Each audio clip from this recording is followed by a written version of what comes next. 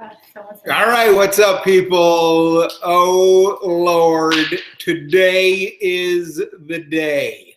Everything that we have been talking about for the last 27 to 45 years leads up to right now, this very moment. It's hard to believe this is actually here. People are going completely bonkers. The last couple of days, I mean, this whole 2 years of this thing have been completely crazy. And it's led up to this, and it's really hard to believe it's here. I voted. If you want proof that I voted, I took a picture. I got the sticker. Oh, here's my sticker. They even saved my sticker for me. So I voted earlier today. I'll talk a little bit more about my choice and sort of the nature of talking about my choice and that in a little bit. Some polls are rolling in at the moment. I do have CNN on the big screen in front of me, but we'll be flipping around and making fun of the nonsensical cable news lunacy throughout the night. I'll give you my general feelings on what's happening. I have Team Rubin Report here. By the way, should tell you guys, we are in the new house, the studio, the new home studio, which I've been meeting with contractors all week. I've had a crazy week. So it's election week. It's literally the most important week in terms of current events and politics and news and everything I talk about. We ended up moving the same week because it got delayed a little bit. I didn't have internet for the last week until today, so I've done everything off my phone for the last week. Didn't have television, and we've had contractors here and electricians and lighting people. We're going to build an awesome studio, and it's thanks to all of you who jumped in on Patreon and PayPal, so I thank you guys. So I'm very excited about all that stuff, but tonight's all about the election. CNN right now is showing that Georgia, Virginia, and South Carolina are too early to call. A couple early states, Indiana and I think Kentucky, went to Trump. Vermont went to Clinton already. But here's what we're doing. I got Amir and David with me. We'll do a Ask Me Anything so we can talk election.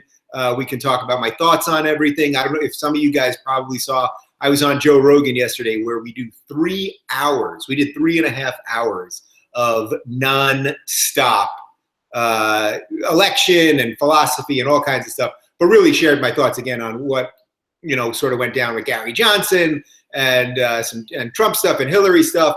People, I have to say, before we get into questions and stuff like that, by the way, we do know that there is some sort of issue with our feed. YouTube has told us there's some sort of bug on our channel. They won't tell us why or how or anything like that.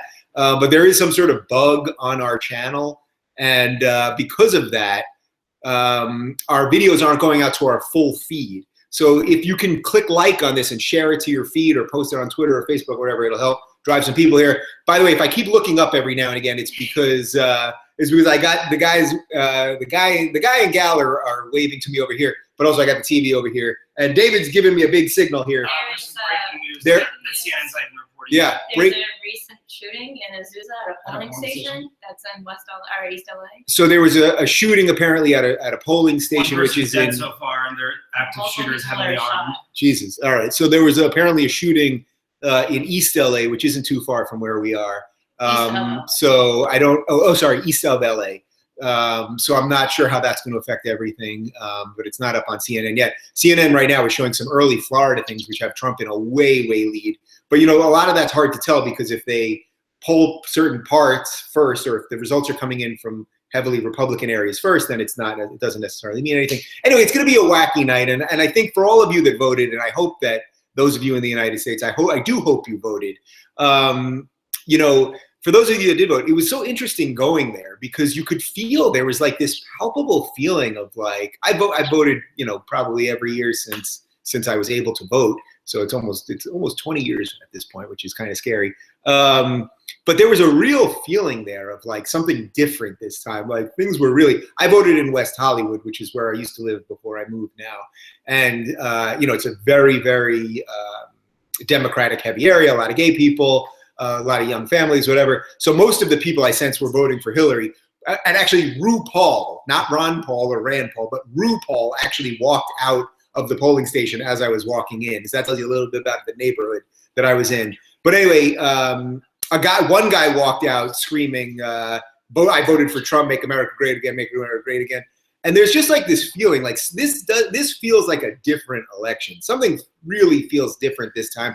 I think regardless of who wins, America is changed forever after this. I think our system is changed after. I think the way we go back and forth with each other and talk about things has changed. I think the big thing that I think lately is that, you know, our online media and our mainstream media. Mainstream was always way ahead. It's crumbling fast, and online media is growing.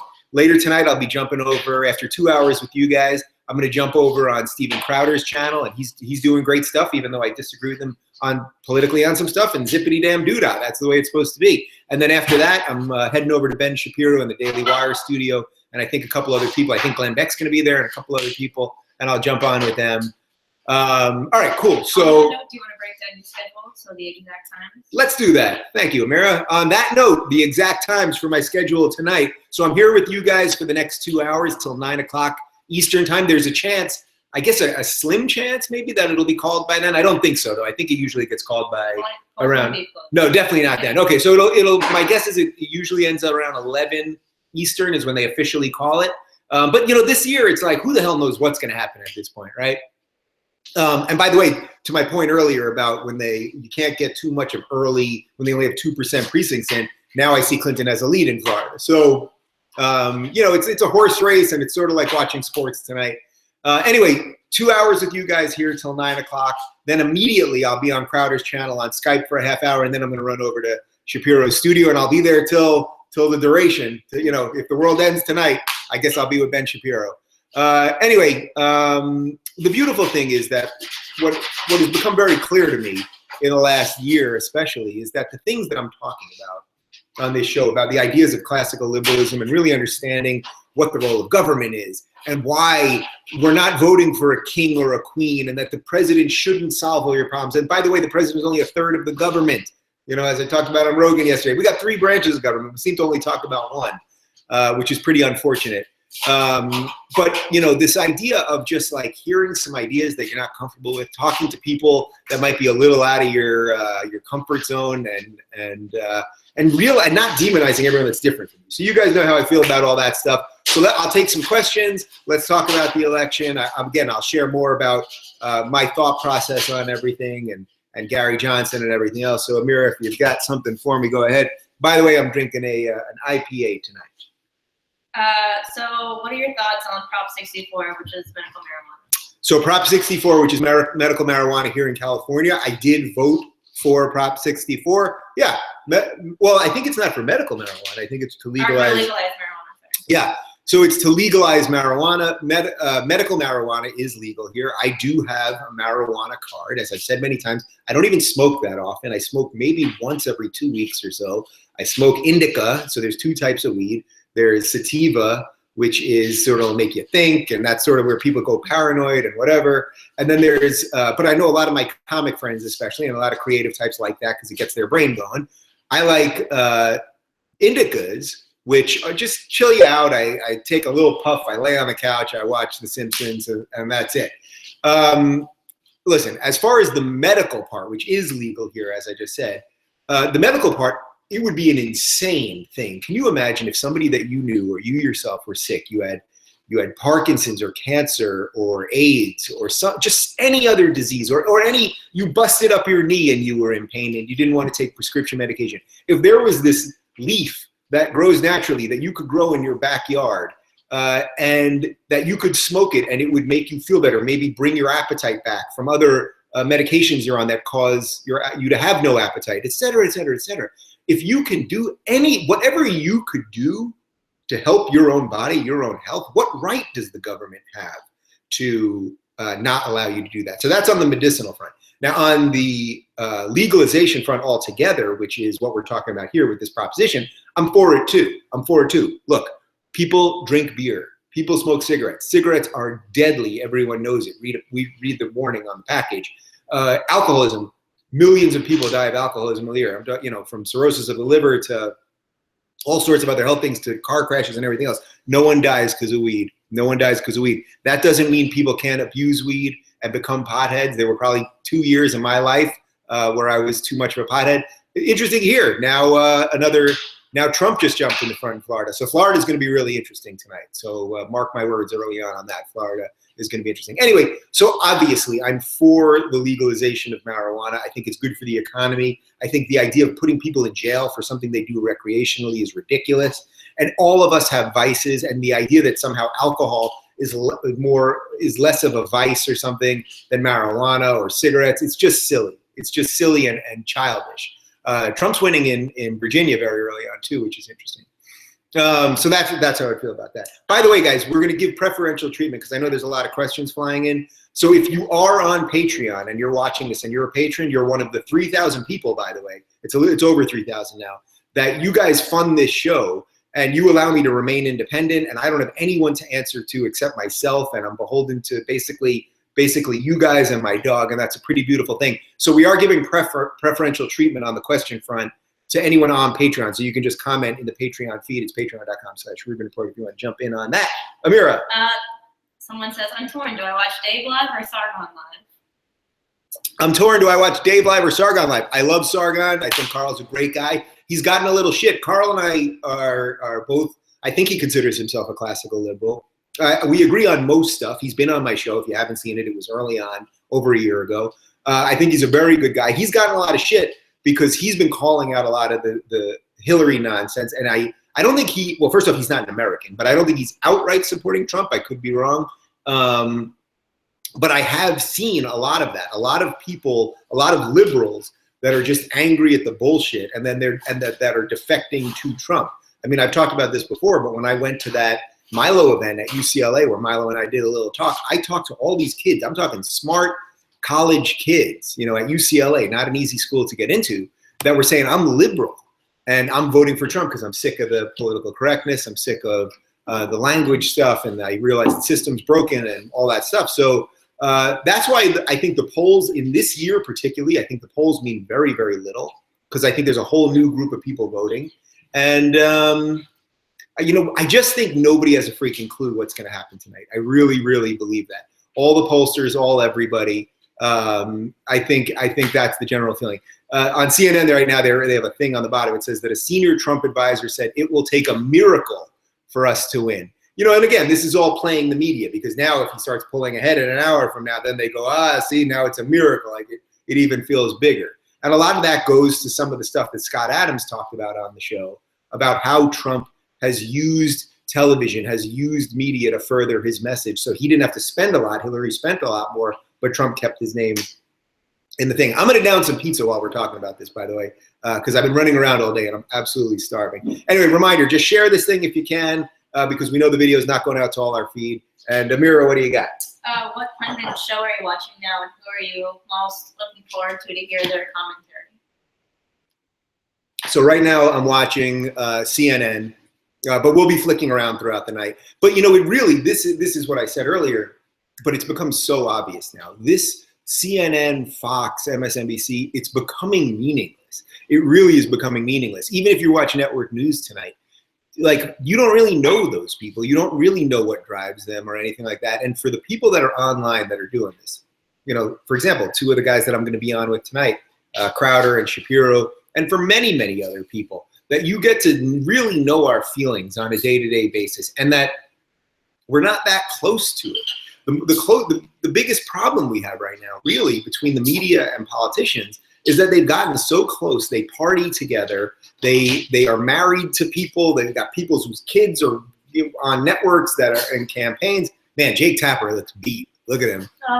Poor Jake. Jake is one of the, you guys know, he's one of the guys I like on CNN. He really looks like this has taken a toll on him. I really do like him, though. So interesting, Virginia and Georgia are too close to call, and Florida is still super close. I'll try not to do too much rat race stuff with you guys because you can get that anywhere else. What kind of pizza are you eating? What kind of pizza I'm eating? Tonight it's just, we were in a rush getting back here because I as I said, I had to go pretty far to vote, so I was running late. So I just got two frozen pizzas from Trader Joe's. People are reminding you to take your time when you eat. No.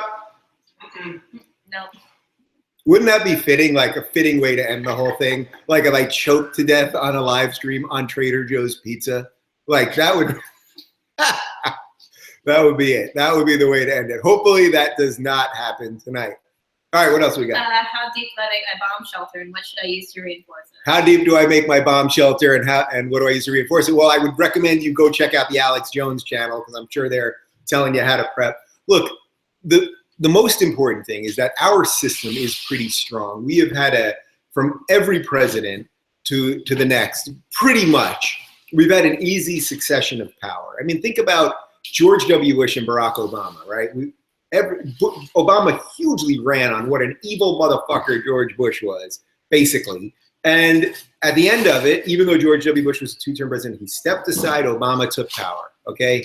So we have had a transition of power and different people get into power, and that's why checks and balances are so important. That's why if you don't like, if your guy doesn't win tonight or a girl doesn't win tonight, then you gotta vote for your local Congress people. You gotta vote for your senators. Those are the people that will keep the executive office, the president, in check. So you gotta keep voting for all those things. And by the way, that, for as depressed as everybody is, and a lot of people come up to me and a lot of people email me and tweet me and whatever, they say, this is so depressing, I hate this, I don't wanna talk about this anymore, I don't wanna vote, I don't blah, blah, blah. The one good thing that's happening here, okay, even if you hate both of them, is that people are into this. And the reason we got to this point with these two candidates is because people have been dulled down and we let other people make the decisions in our lives for us. I have, in the last year, me alone, I've had an evolution in thinking. There are people waking up and realizing that the freedoms that we have in the United States, which are amazing, which virtually everyone in the world would trade for us. We complain about how bad everything is here, but we're not going anywhere. Nobody wants to leave the United States. I think Lena Dunham's leaving to go to Canada if Hillary wins, which kind of, Trump wins, which kind of makes me want to vote for Trump. But the point is that because it's so good here, we take it for granted. But I think this election has gotten everyone so whacked out that maybe, just maybe, people will stay more engaged this time. Maybe, just maybe, as I look at this and Gary Johnson's at 1.8% in Georgia, it's like, forget Gary Johnson. You guys know my feelings about Gary. I've been very clear on this. I wanted to get him to 15%. I would love to get some libertarian ideas out there in the ether. I don't think he was a particularly good representative of that, even though I think he's an extremely nice guy, and I've had him on the show, and I chatted with him for a half hour privately, and he was really nice. But stay engaged so that it doesn't get to the next Hillary and Trump. Stay engaged, because otherwise no one good will ever run for president. We will only get deeply corrupt, narcissistic, immoral people. You know what I mean? People say to me, you want to run for president? Why don't you run for president in 2020? And it's like, I studied politics. I have some sense of what I'm doing and know what I'm talking about. And it's like, I would never want to do it because the system is so screwy and the shit they would dredge up.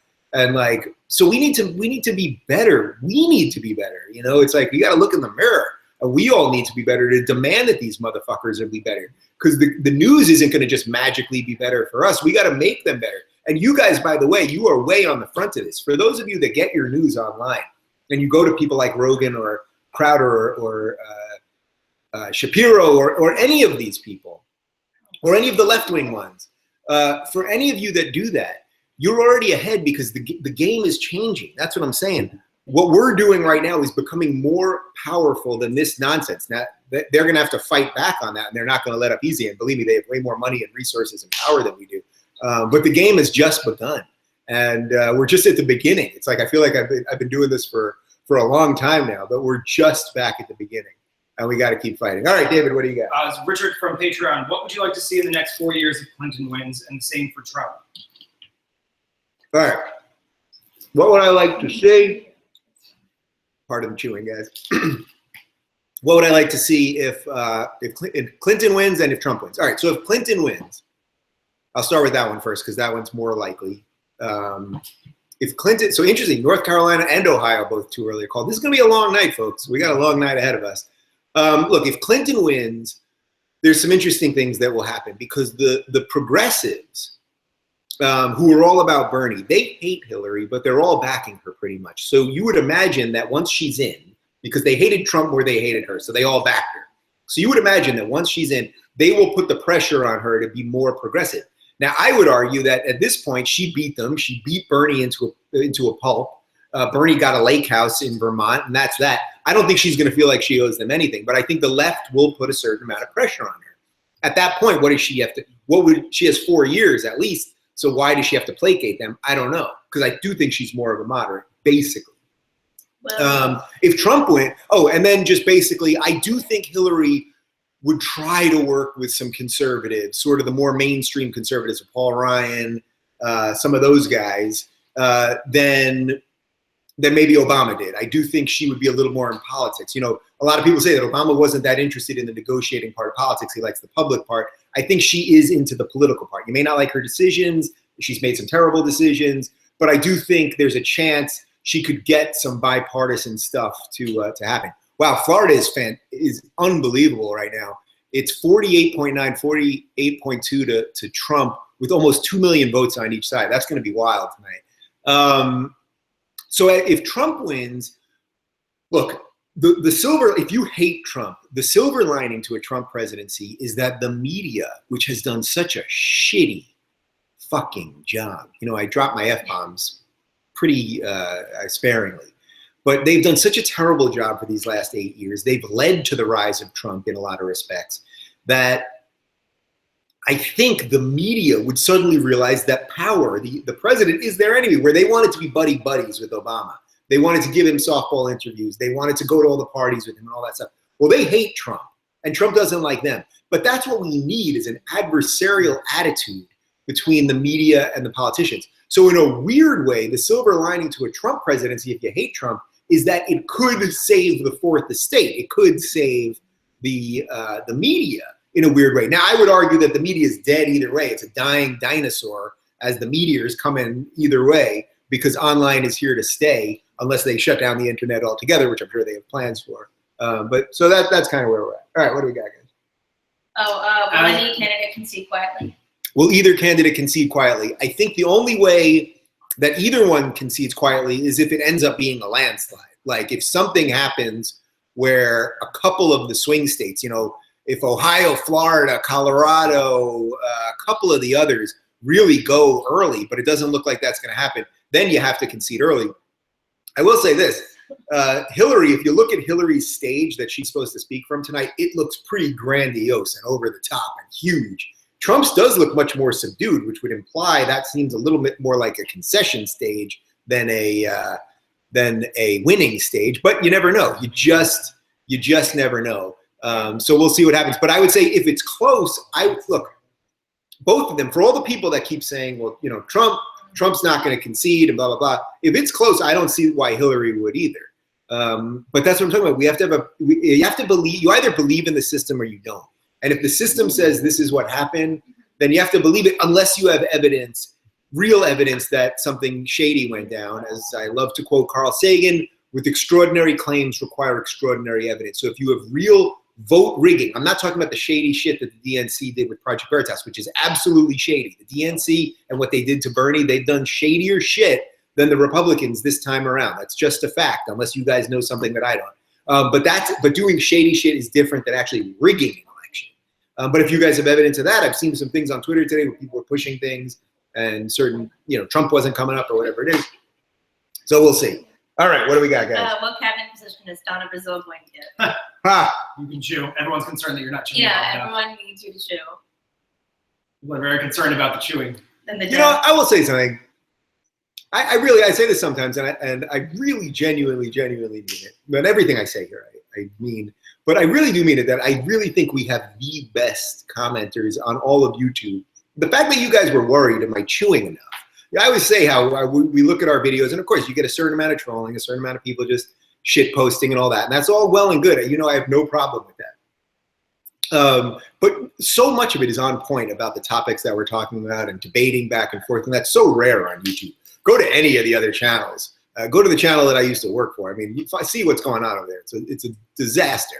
And we have something so good here. The fact that you guys even care in the slightest that I'm chewing fast enough or I'm chewing slow enough, that's a beautiful thing. What was the question beyond my chewing? Donna Brazile, what's going to happen? What cabinet position is Donna Brazile going to get? Probably kidding, but at the same time, probably not. What cabinet position is Donna Brazile going to get? So for those of you that don't know the Donna Brazile story, Donna Brazile is a Democratic superdelegate. That means she was one of the people that could have overridden the vote, basically, or swung the electoral process either way for Bernie or for Hillary. She was obviously in the bag for Hillary. She's also been a CNN contributor all these years. I've been talking about this for years. Not to say I told you so, but literally, you can find tweets of mine from 2011 of me talking about how it was such a bad idea to have someone like Donna Brazile on CNN, a Democratic superdelegate pretending to give analysis. And by the way, we know that they do this with all these people right now on CNN. I'm sure he'll be on tonight. Paul Begala. What is Paul Begala? Well, he's a consultant for a Hillary super PAC. They have David Axelrod, who ran Obama's campaign. You think he's for Hillary or Trump? I have no idea, right? Like all of these people. And by the way, it goes on the other side. You've got Corey Lewandowski, who was a campaign guy for Trump, still on the payroll because of the separation agreement. Like these people aren't analysts. They're basically like just pushing their own view to profit themselves. So Donna Brazile, it was found out that, so she was a DNC delegate working for CNN. She fed the Hillary campaign debate questions. That's a fact. She doesn't even deny it, really. And then what happens? Well, when the DNC got caught, rigging the election against Bernie, they had Debbie Wasserman Schultz, who was the head of the DNC, step down. And then who took over? Donna fucking Brazile. Like, you can't make this shit up. And where did Debbie Wasserman Schultz go to work? The Hillary campaign. So I know people get upset when I mention that, and they say, "Oh, you're being too rough on Hillary. You're being too rough on Hillary." But these are just facts. These are just facts. So what cabinet position does Donna Brazile want? I hope she wants retirement, actually, because we don't need more people like her doing this. This is the exact shit, or the type of shit that she did with the DNC and the collusion with media is the exact stuff that led to the rise of Trump. So if she thinks that what she's doing is helping the Democrats, it's actually helping the Republicans. Dave, what are your thoughts on the media and celebrities telling people how to vote? Do you think they are helping the country by encouraging them to vote for a certain candidate, or do you think they are abusing their power? That's a good question. Basically, what do I think about celebrities encouraging people to vote? You know, it's so interesting. The last couple of days, Hillary busted out everybody, right? She had Lady Gaga. She had Bruce Springsteen. Who else did she have? Who? Beyonce. She had Beyonce. Madonna did a concert. Like, they're busting out everybody. And it's like, first off, does anyone actually vote? Like, was anyone on the fence in the last 3 days and suddenly was like, you know what? Bruce Springsteen's voting for Hillary. I'm voting for Hillary. Like, nobody. Lady Gaga, I didn't know which way she was going to vote. Lady Gaga, by the way, can someone pull up the image? She dressed like a fucking Nazi last night. Did you see it? She looked like she was in an SS uniform. She had the red armband and the whole thing. Pull up an SS. Michael Jackson's. Well, it looked like jacket. a Nazi uniform. Anyway. So, She looks like a futuristic Nazi. Yeah.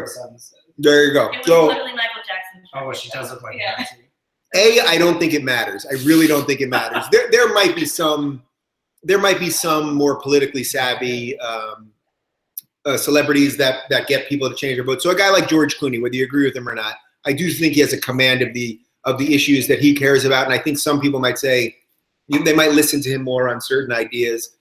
Yeah, that looks like a futuristic Nazi uniform. But basically, like, no one is voting on something because of what Lady Gaga says, or even Bruce Springsteen or Beyonce or anything else. So Hillary got all the major players, right? Hillary gets fight song. What's her name? Katy Perry. No. That's not Katy Perry. Oh, that's that girl. Perry, She does have Katy Katy Perry. Katy But- Perry's been on like the road with Hillary. Right. Katy Perry's been on the road. I mean, she gets all these people. And it makes it feel cool. And I guess that's what they're going for with young people. They just want it to feel cool.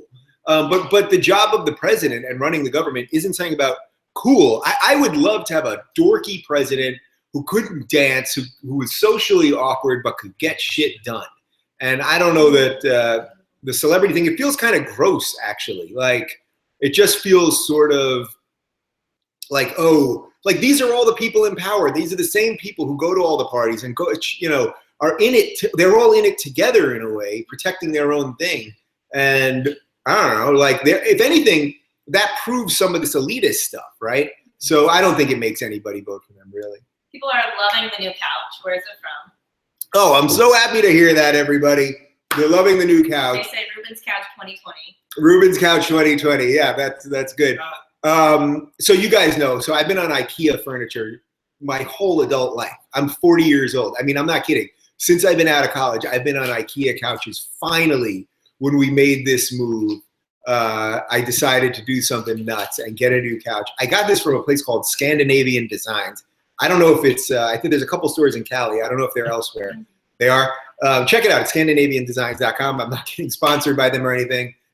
This couch is incredibly comfortable. And it's big. And it like has, did you know there's cushions in couches? I've been on IKEA so long, I didn't even know that anymore. So I'm glad that you guys are appreciating that. Another one from Patreon here. How do you think the rest of the world will see us if we elect Clinton versus if we elect Trump? That's a good one. How will the rest of the world see us if we vote Clinton versus if we vote Trump?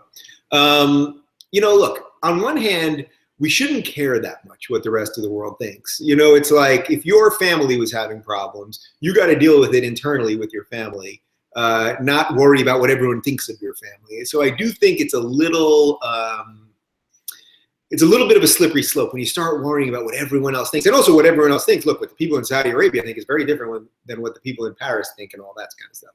So I think if Hillary wins, the basic feeling, and again, this is hard to judge because everyone has different political beliefs. The basic feeling will be like it's sort of status quo, right? We got Obama, now Obama wants Hillary, so you just keep going this way. If Trump goes, it really is a signal of something really flipping, that there's really something afoot here, that something is really different. You may like what's happening or may not like it, but it would be more along the lines of what happened with Brexit. And if you haven't had a chance, I highly recommend check out my interview last week with Steve Davies, a professor at the London School of Economics, talking about Brexit and why it happened and the parallels to the Trump thing. But basically this feeling that these outsiders, these people outside of the system finally got involved, and they actually did flip it. So what will the world think? I don't know that it matters that much. What matters ultimately is how the president leads the country. And, for all of the people, look, Obama is thought of not, a lot of the people on the left think that George W. Bush was a warmonger, right?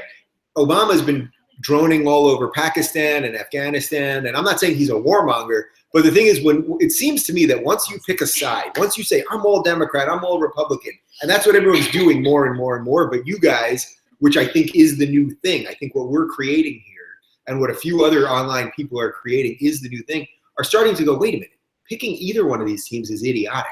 It doesn't make any sense. It has nothing to do with how this should be run. We're not talking about principles and philosophy behind why you do things. We're just talking about the day-to-day minutia of the nonsense that makes you do it. Interestingly, Trump's taken about a 2-point lead in Florida, which is kind of interesting. So anyway, I think for all of us, you have to vote your conscience. That's a slight segue there, but you have to vote your conscience and worry about your stuff more than anything else. Yeah. We just did that one. How does a classic liberal not support Clinton? How does a classic liberal not support Clinton? Now, first, I guess this is a good time to mention sort of my voting thoughts, on my personal voting thoughts. So look, you guys know, as I said earlier, I wanted Gary Johnson to get to 15%. I wanted some libertarian ideas. Libertarianism and classical liberalism are very close. Libertarians veer more on the side of no government than classical liberals. If you want to get a really great breakdown of that, again, check out my interview with Steve Davies. We really got into it. I think he really explains it brilliantly well. And I think he considers himself a classical liberal. Look, a classical liberal, you're basing your decisions, and your political philosophy is based on liberty and individual rights and the right to pursue freedom and free speech and all of that. So it's about the individual, not the collective. Now, the difference between that and libertarianism is that libertarianism really, really wants to scale back government in a bigger way. Now, classical liberalism doesn't want big government, but does acknowledge there's a role of government, where libertarians often, they don't want driver's licenses, or it's much more of a mixed match of, is it anarchy or what is it? So classical liberalism, by basing my political philosophy and thoughts on logic and reason and evidence, and on the individual, that it's your life. I don't want to tell you how to live your life, and I hope you don't want to tell me how to live mine. We have to live in a society that can operate for both of us, where you can believe whatever you want. If you want to be a believer in religion or whatever, that's great. And if you don't, that's great. But we have to have basic things based in logic and reason in a secular society to move forward. So the question was, how would a classical liberal not vote for Hillary?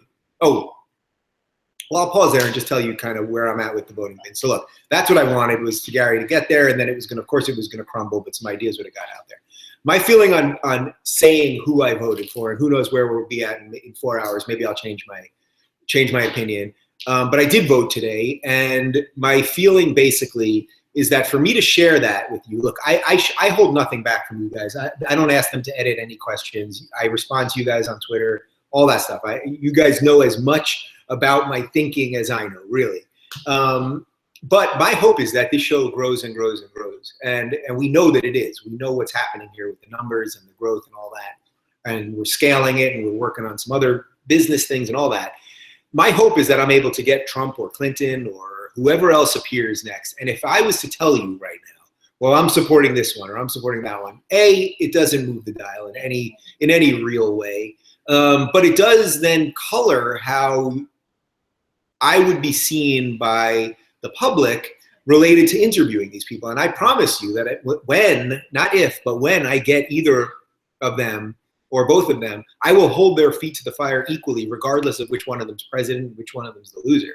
And I think that's more important for my personal role, rather than for me to just say what I did and that, you know, people can then read it either way or whatever. So that's my opinion, but I'd be happy to hear your thoughts on that if you don't agree with my opinion. But that's my opinion, at least as of now, 7:47 p.m. Eastern on Election Day.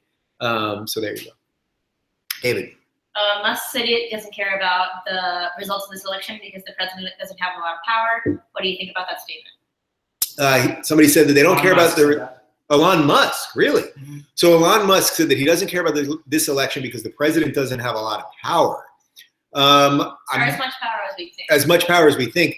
Unfortunately, and I usually do agree with Elon, and I maybe need to know a little bit more about the context of that statement, but I hugely disagree with that. Unfortunately, what's happening here is every president over the last probably 40 years has taken more and more power to the executive branch. Again, quick civics lesson that you should have all learned in 7th grade social studies. We have 3 branches of government. The legislative branch, Congress and the Senate, is supposed to write laws. They come up with the laws, they write the laws. The president is the executive branch. He's supposed to just sign them into law. That's it. And then the judicial branch decides if those laws are legal. That's how it's supposed to operate. And then there are checks and balances to control those things. So for example, the president appoints the Supreme Court justices, but they have to be passed by the legislative branch. I mean, it's a really beautiful system that our founding fathers created. Unfortunately, what's happening is, as we've had such terrible gridlock in Congress, the president has taken more and more power. Obama has done a lot via executive action. By the way, George Bush did a lot via executive action. They all do a lot.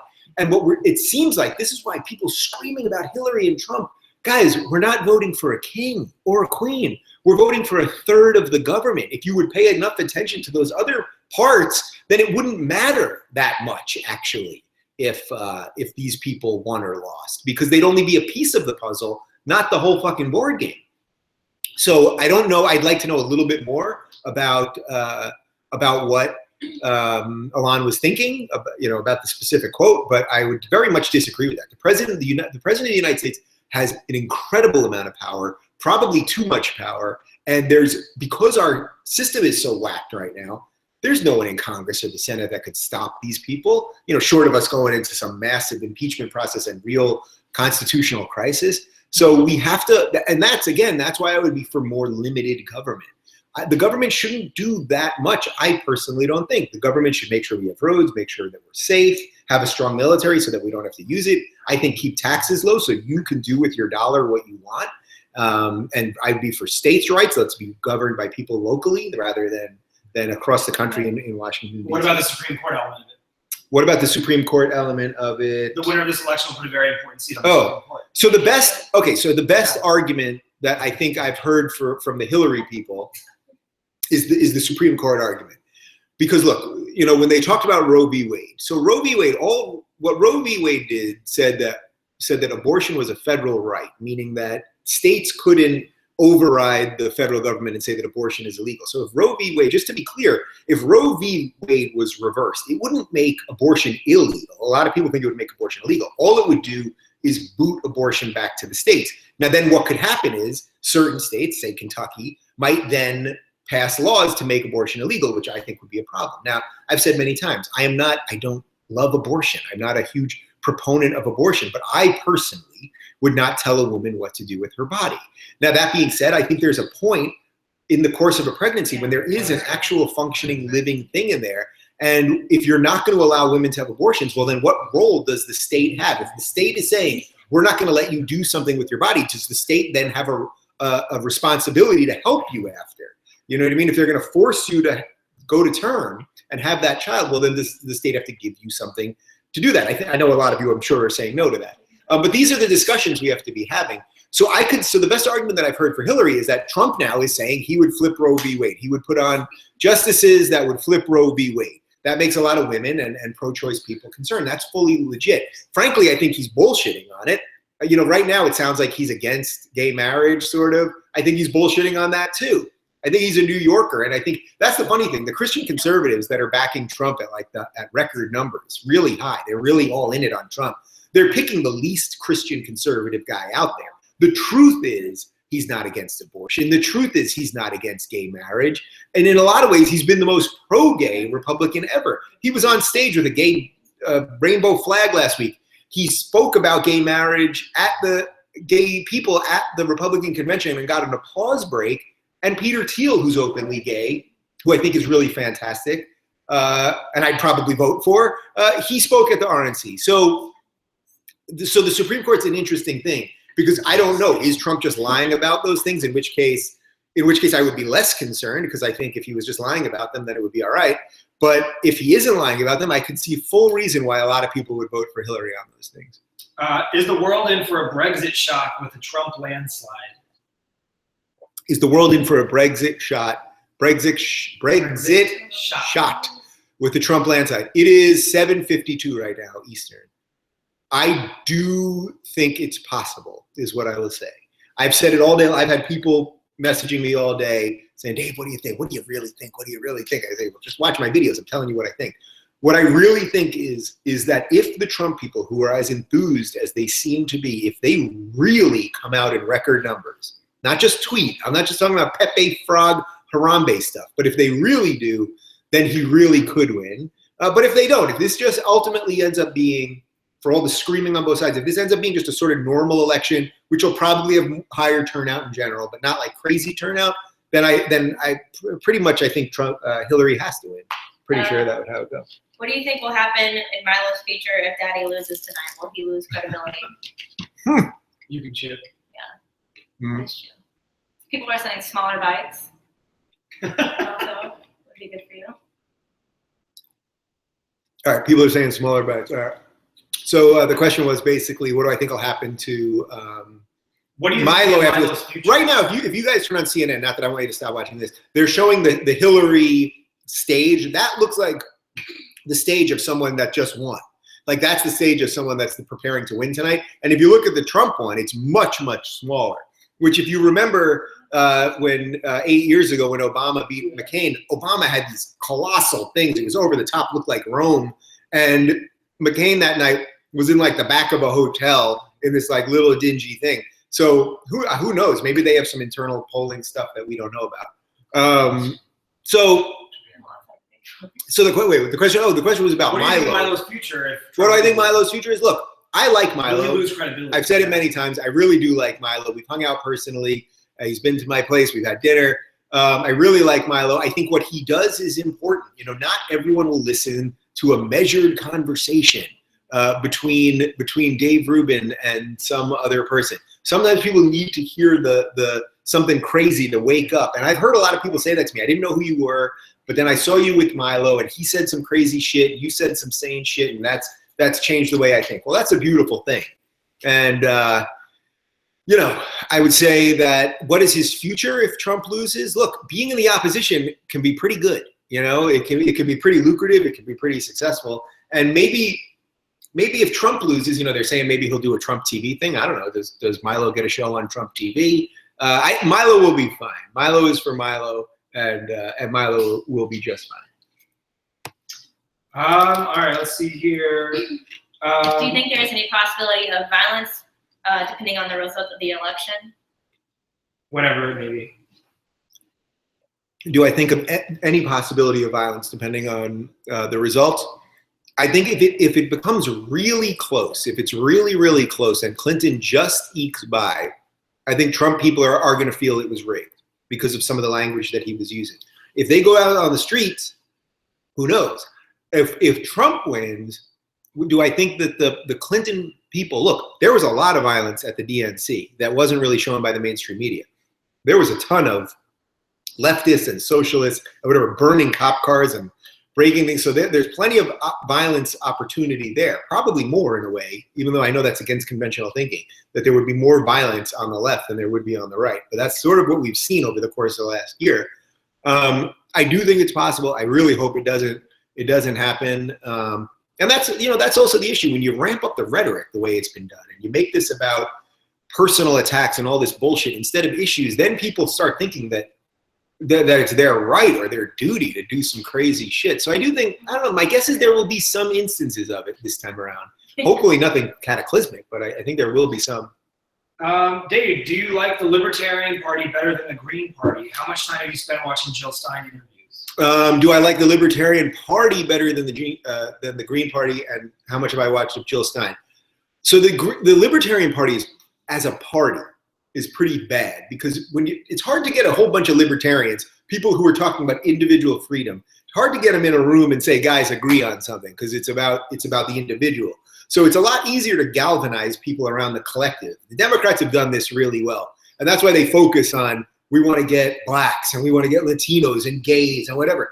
Now, I don't like that line of thinking because within those minority groups, there are many other minorities, and then you start ignoring them. One of the quotes I say all the time from Ayn Rand is that the ultimate minority is the individual. I think I've credited that to Ayaan Hirsi Ali about 1,000 times, but it's Ayn Rand.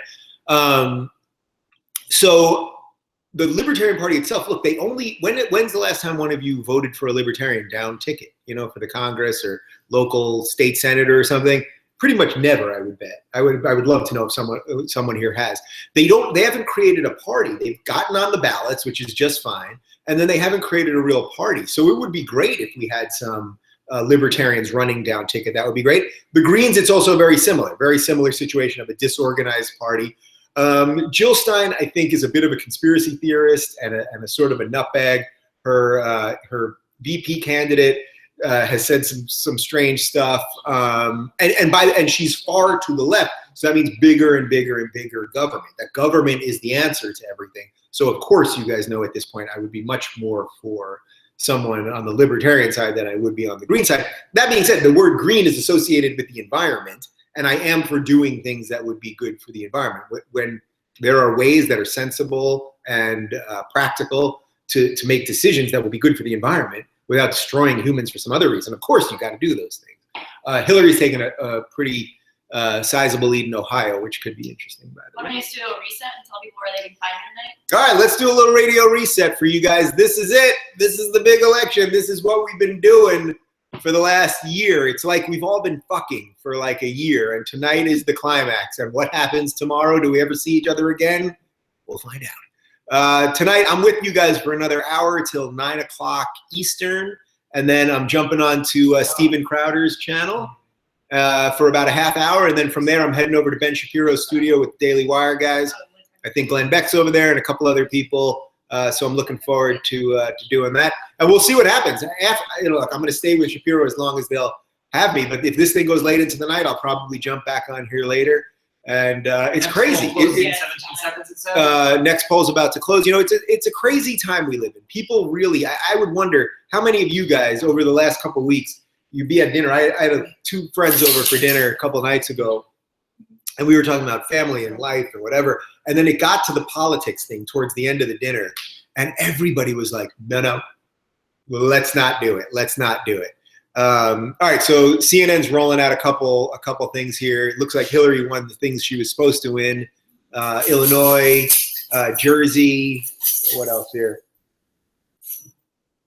If there's any shockers, I'll have the guys yell them out for me. But it looks like won a bunch that she was supposed to win, Massachusetts, et cetera, et cetera. These are all Democratic strongholds that she's supposed to win. Just think how crazy this is. Hillary Clinton and Donald Trump. That's where we're at. Maryland. So yeah, there you go. So those are all. So nothing changes there. That's all sort of conventional wisdom stuff. So nothing. So far tonight, nothing has happened that is out of the norm. And if everything plays by the norm, then Hillary wins, and that's that. Amira. Let's see. Or David. Do you think Obama talking about atheism on Bill Maher's show was surprising, or your own thoughts about it?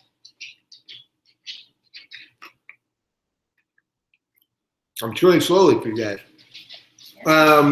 Okay, they're showing that Trump won Oklahoma, Mississippi, and something else, which are all ones that he was supposed to win. The question was, did I think that Obama talking about atheism on real time, what do I think the effect of that is? Believe it or not, I didn't see it yet. As I said, because of this move, I didn't have TV all week. I didn't have internet all week. I've been running around like a crazy person. So I'm a little behind. I saw a tiny little snippet of it, but I didn't see it yet. But just hearing that, I didn't even hear about that. That's actually pretty great. That's actually pretty great. Look, generally speaking, I'm an atheist. I do not believe without evidence, basically. That's all it means. That's all it means. You know, I've said many times, I'm a non-believer because I only would believe something that that could be proven to me. If someone said to me that I saw LeBron James dunk from half court last night, did you see that? I'll go, well, can I see the video? I would need some evidence. I wouldn't just take it on faith.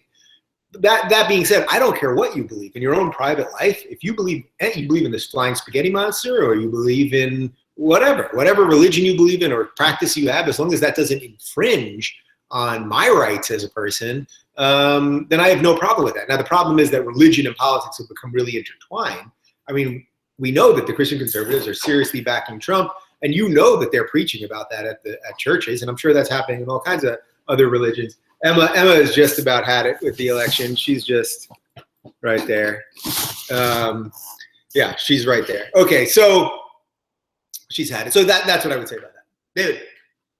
Let's see. Do you or Crowder or Shapiro think we can really scale up alternative media, quote, counter-extremism project across the country to get more Americans talking to Americans across race and ideology? I love that question. Who said that question? Because I want to give them a shout out. Someone on Patreon. Someone on Patreon said it. We'll find out who it was. The question basically was John on Patreon. John on Patreon. Do you and Crowder and Shapiro and some others really think that you can scale up this thing that we're all doing, which is trying to not demonize everybody? I would argue that I do the least demonization of the three, because I think Crowder does some and Ben probably does some, and I can't say that I do none, but I would say I try to do the least.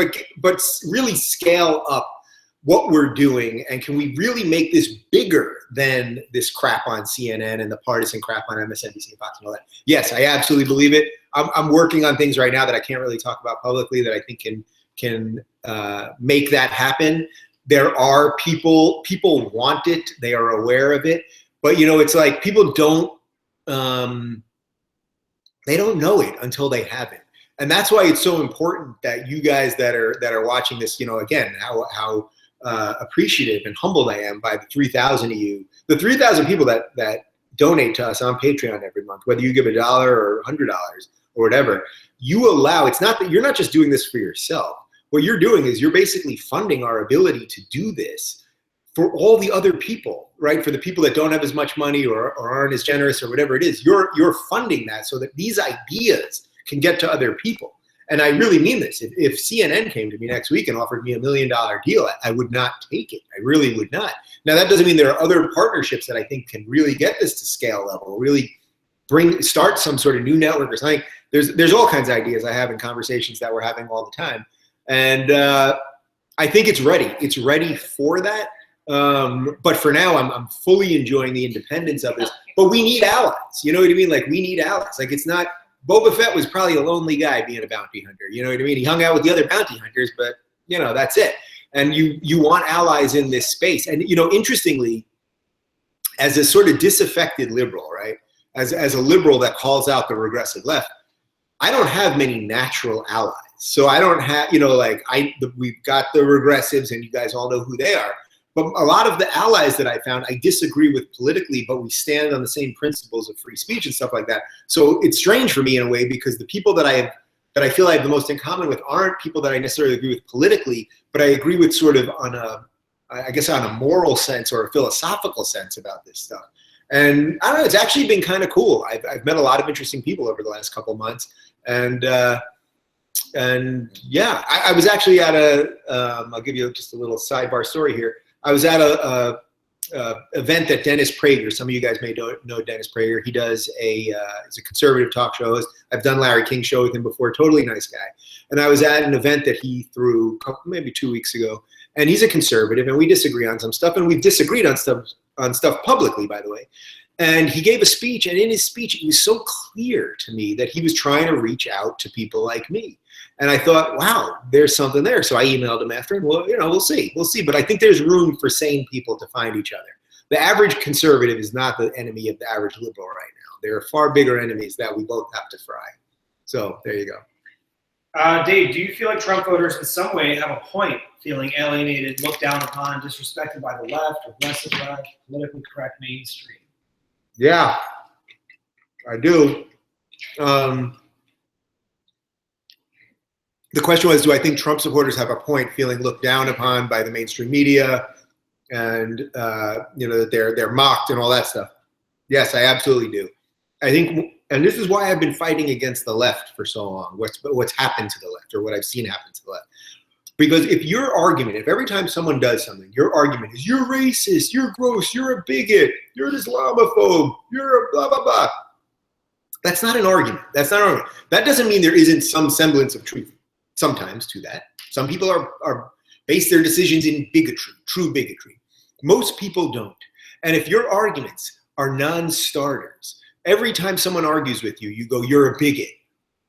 What you do is they then start looking for alternate voices. They look then for someone who's just gonna say crazy shit to get power back to them. And that is only a human reaction.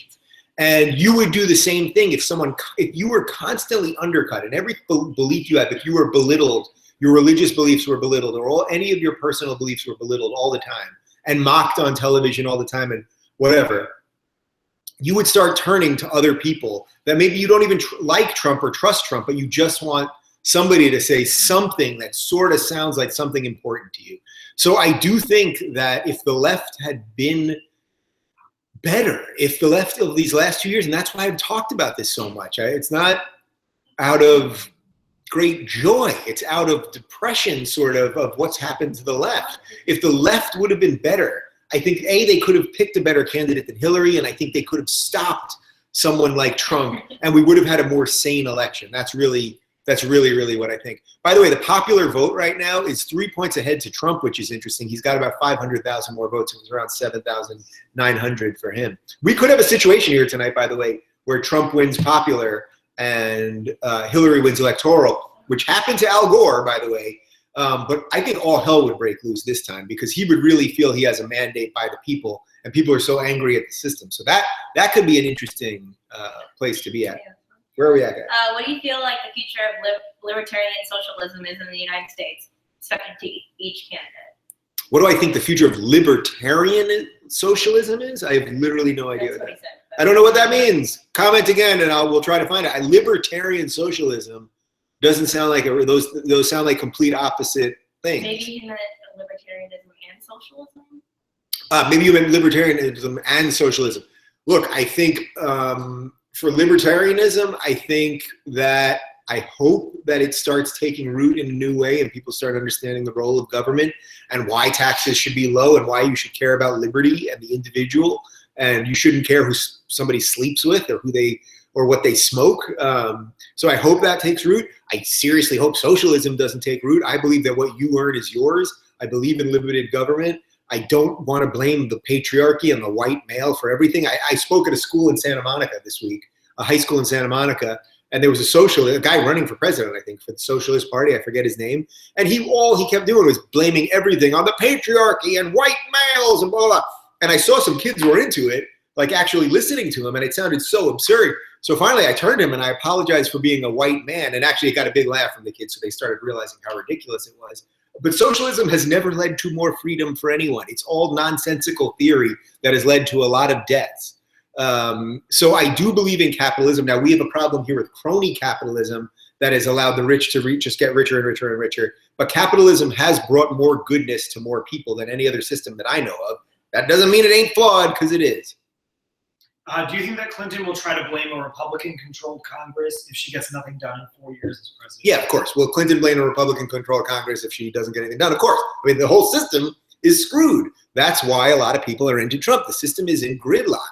The Republican Congress, the Republican Senate basically did nothing except block Obama. Think about it. We have been short a Supreme Court justice for the last 6 months since Antonin Scalia died. The Republicans just decided we're not voting on it. We're just not voting on it. We're not going to let Obama's nominee be voted on. They don't have a right to do that. By the way, many, many years ago, when Joe Biden was in the Senate, the same exact thing happened. I think when Ronald Reagan wanted to get somebody passed and Joe Biden was a Democrat, and he did the exact same thing the Republicans are doing now. So they're all in bed together. They're all bullshit artists together. And this is the beauty of the internet, because we're starting to be able to see this shit. You can, if you don't believe what I just said, just check on YouTube. Find Biden talking about the Supreme Court justice back in, I forget, off the top of my head, I can't remember who it was. Dave, I'm a union leader. Yeah. My union leadership chose not to endorse any candidate. Who do you feel would be a better candidate for the laboring class? I appreciate your views. That'll go one.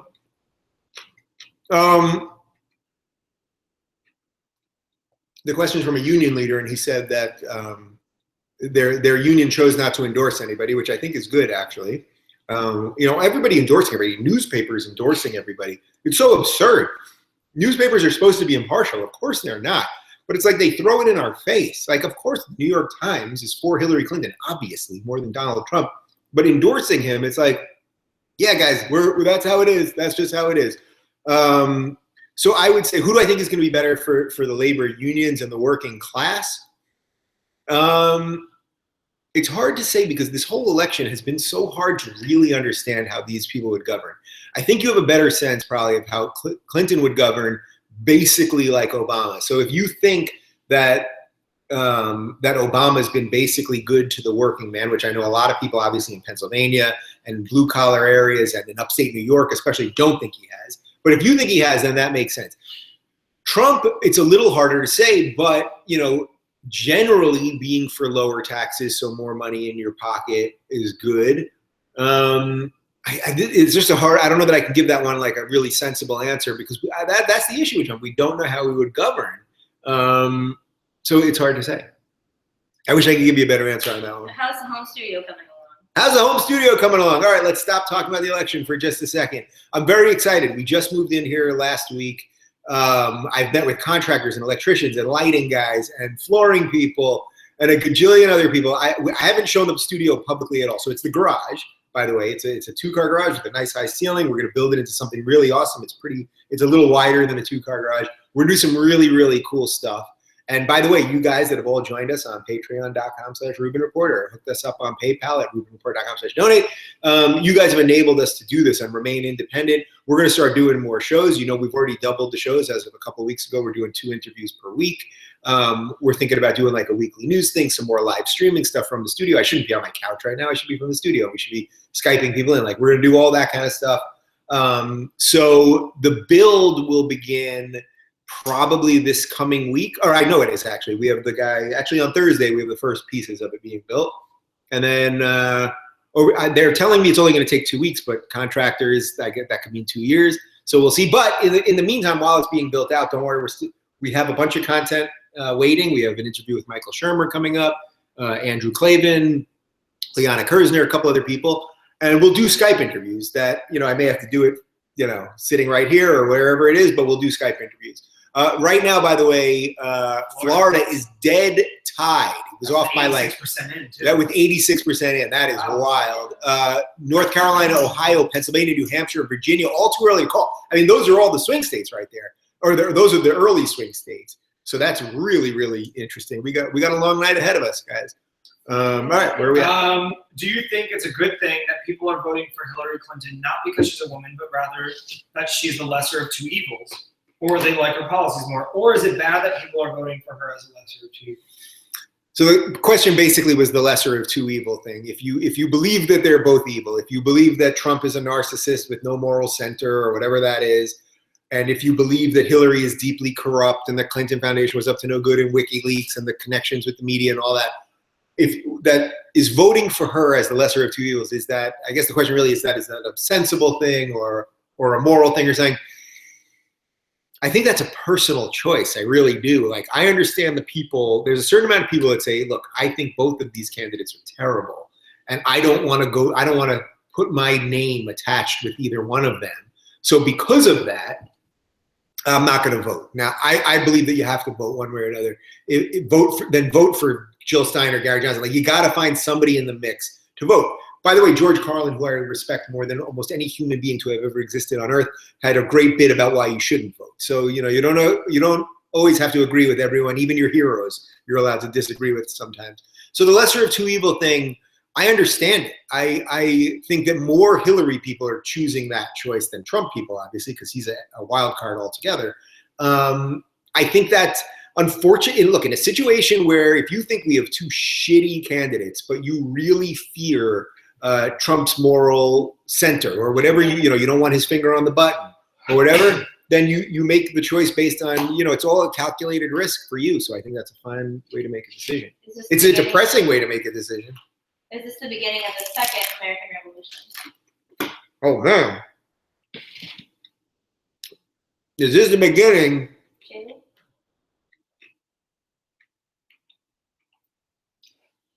Of the second American Revolution? I sincerely hope not. I really hope not. I know there's that feeling is out there, like that we're really splitting into two countries or something, and that the ruling class versus the people and all that. I think a lot of that is ginned up by the way we all act on social media. We're all at each other's throats all the time. Joe Rogan and I talked about this a bit yesterday, that there are almost two worlds happening out there. Look, when you go out on a daily basis, and even I went to the polling station today. Again, I was in West Hollywood. It's a very Hillary-centric place. RuPaul was online with me. And I saw Trump guys there. I saw a Trump guy. A guy walked out yelling MAGA, Trump, whatever, make America great again, Trump. So I know there's a feeling online that like everything's fraying. It's because everyone's fighting online. It's so easy to sit on Twitter and tell everyone that they're a fucking idiot or this person's an asshole or you're a fucking moron or whatever. It makes everyone crazy. But in reality, people have families. There are husbands and wives who disagree on this thing that will remain married. There are fathers and sons, all of that. So I don't think it's as bad as people want it to be. There are a lot of people who want to profit off the anger and profit off the division. Not the way I want to profit, but those people are out there, and you have to be aware of it for sure. I don't think we're setting up for a second revolution. Maybe in like the most sort of dystopian way, where the underpinnings of it are happening right now, but I don't think it's happening like in the immediate future. Dave, do you think the Trump Republicans continue to rally behind Trump in the months and years ahead, or is it possible for someone else to take the baton? Can the establishment win them back? Can the establishment win the Trump people back? Well, it depends what happens tonight, right? So if Trump wins, you're going to see all the establishment Republicans be all about Trump because they're going to go, all right, I mitigated my risk. I didn't support him, but now he's in power and he's better than Hillary and he's the winner and I want to be a winner too.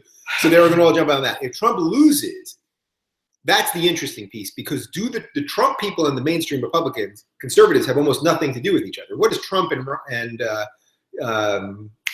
Paul Ryan have in common? Virtually nothing, right? So if Trump loses, the Republicans have a chance to reboot, but can they reboot without a chunk of their people?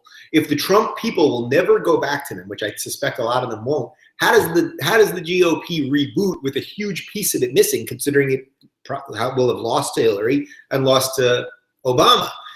So I think that's a really interesting story. By the way, I've said it many times. I think that same story is coming to the Democrats. I think regardless of whether Hillary wins or loses, the split between the progressives and liberals and more blue dog Democrats is real, and it's happened already, and people just don't see it yet.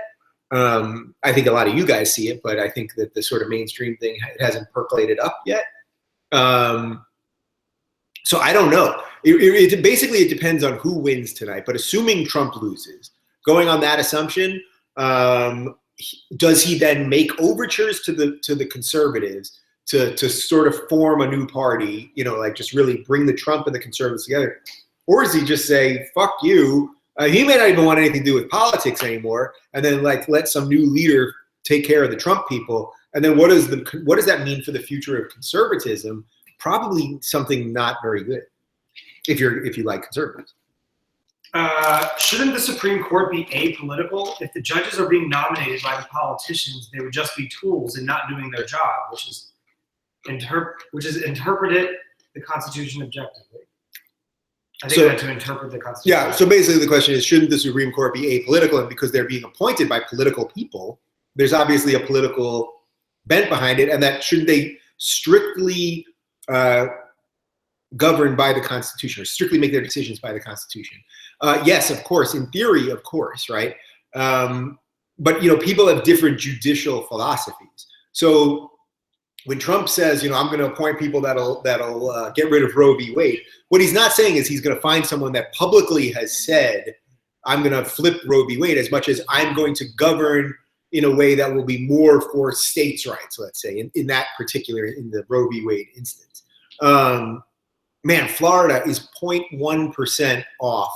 Trump is up by about 8,000 votes with 88% in. I mean, that's something. We could end up in a Gore Bush situation in Florida. So yeah, I think it's about judicial philosophy, that when you bring in these judges, you never know what they're going to do. John Roberts, who was brought in by George W. Bush, has ended up being a lot more to the left than a lot of conservatives thought. They're pissed at George Bush because of that. So you don't know, and you shouldn't know. You would want them to govern by the book. That's what I would want, is to look at the laws we are governed by and govern by that, by the Constitution. Once they start injecting their own feelings or thinking it's a living document as opposed to something that has to be maintained, then it's a different situation.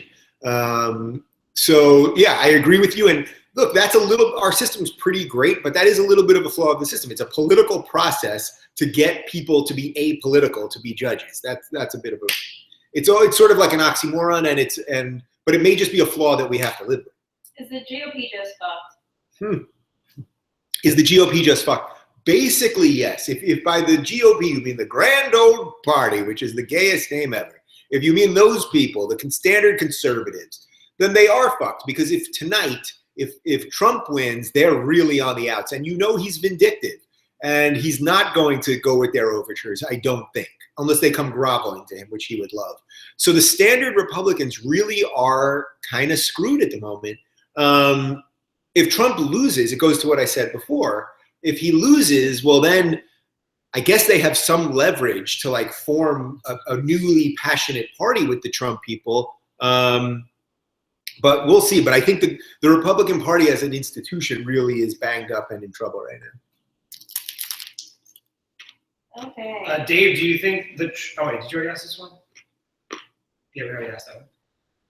And one of your latest videos was about how this election has been so devoid of talking about actual issues. Mm-hmm. What are your top 3 issues that you would have liked to hear talked about more, or think are generally the most important for the future of the United States? I love that question. So I did a DM, I think, last week about how the election has been so devoid of issues, and we've been talking about Graham and Plessy, and we've been talking about WikiLeaks and scandals and Clinton Foundation, all that. What are the top 3 things that I think we should talk about? So number one, I'll go sort of macro on this one, would simply be role of government. What is the government supposed to do? What is it for? I would say number one, the government is supposed to protect you. The whole reason that a nation exists, why does the United States exist? We have a border with other countries because we protect our own people. So I would say number one is that the role of government is to protect its citizens, protect its borders, protect us, make sure that people outside don't hurt us, people inside don't hurt us. Number 2, I would say, is to make sure we have jobs, make sure that the economy is chugging along. Basically, what I would argue for that is, and this is where I have evolved a little bit to be a little more like a libertarian than I was maybe a year or 2 ago. But I would say mostly that means that the government should stay out of business. Let business go. Now, I don't know that you can have completely free markets because I think there's a chance they end up, you get giant monoliths that will destroy everything and create, new products and all kinds of stuff, and we'll all be basically slaves to the machine. But I would say basically free market. So the government has a couple of roles. It has to protect us. I think it should let markets run. Marco Rubio, by the way, will stay in the Senate in Florida. So it should let the markets run and low taxes, basically, because again, this is about liberty. This is a very classical liberal value, but people don't think of it as something liberal these days. But liberalism would say that you have the right to your earnings and that you can decide what to do with your money. And by the way, if we all, for all these people that want higher taxes, it's like the government's got plenty of fucking money. There's always more money for bombs, right? So how about we find a way to give more money to us to decide what to do with it? There is a way to do it. And they just can't want to trick you in thinking that the government always needs more and more. So I'd say protecting us, make sure the economy is running. And then I would say, and maybe this is the most important because it leads to all of the others, I would say that creating a system of education is extremely important. Now, that doesn't mean it has to be federally done the way the Department of Education does it, because I do think a little more local control related to education would be good. But making sure our people are smart, you know, making sure we know about science, making sure we know about basic math and basic civics and basically how the government works.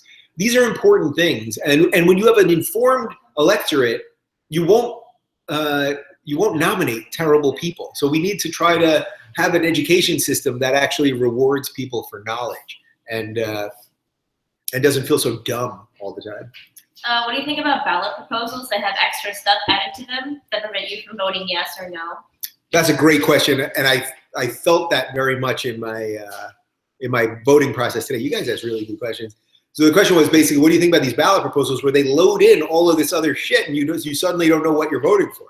So there were a couple of those on the ballot today here in California, where it was something like, you know, we'll raise taxes, something like this. I'm totally mangling what the reality was, but it was something like, we'll raise taxes 0.5 cents on bags if we can put a park in a thing. And then, you know, like the stuff, it's so complex to read, and they start putting in things that, wait, that has nothing to do with nothing.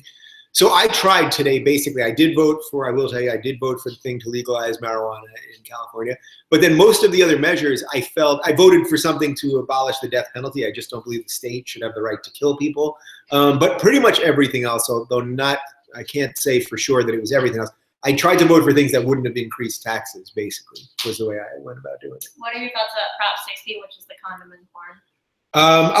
I voted against that, actually, because, look, the health issue about it obviously is real. There's no doubt about it. So Prop 60 basically said that California was going to outlaw porn companies from making porn in California if they didn't use condoms. So the reason I voted against it was purely on just sort of like a sense. So I would say this is a very classical liberal reason that I voted against it. I understand the logic in wanting your porn actors to wear condoms. You want them to be safe, right? And you don't want people to transmit diseases. So fully understand that without question. That being said, by doing that, what do you actually accomplish if California does that? Well, guess what? All of the porn companies that generate a lot of money here in California, they are just going to go over the border and they're going to go to Nevada, right on the other side of the border. They're going to do the same shit there, and they're going to help the Nevada economy do it. Now, this is an example of why I believe in states' rights, by the way, because as Randy Barnett, who's a Georgetown University law professor, told me, you use your foot vote. If you don't like what's happening in your local area, then move somewhere else and then help that economy. Take your resources out of the place you don't like, bring it to the other. And once we have federal control of everything, your only choice, if the feds control everything, your only choice is to leave the country altogether. So I would say that I voted against it because at the end of the day, if you force them to do it, they're going to take their money and their business and go elsewhere. If people want condoms without porn and people are willing to make it, then passing a law in one state, stopping it is not going to do anything. Is Louder with Crowder just a straight version of the Rubin Report? Is Louder with Crowder just a straight version of the Rubin Report? I don't think my show's that gay. I don't even know what that means, really. But I do like Stephen. We've had some really healthy debates on things. He's a good guy, and I'll be live with him in a half hour from now. By the way, so we got about a half hour left, guys. I'm barring some sort of cataclysmic event, we are not going to get the results while I'm live here tonight. But again, I'm going to be on with Crowder for a half hour right after this, and then I'm heading over to the Daily Wire studios, and I'll be on with Ben Shapiro and a couple of those guys. I'll be hanging out with the evil Republicans. We'll see what happens. Trump has won South Carolina, which only has 9 electoral votes, and he was they were anticipated to win. And he also won Alabama, which has 9, and he was anticipated to win. So far, pretty much, I don't think there's been one surprise yet, one real surprise, if I'm not mistaken. But somebody could correct me if I missed something while I've been talking to you guys. Yeah, so that's where we're at the moment. It's hard to believe this is happening. Like, let's just pause for a sec. It's just hard to believe we're finally here, and that tomorrow we're going to have an answer to this question. It feels crazy, doesn't it? Like, we did it, people, and guess what? The country's going to keep marching along. And I hope that all these new people that are engaged because of this craziness and for all the wrong reasons, I hope that a lot of these people will stay engaged. This seems like a good reminder. Click share or post this link to this video. We got a half hour left.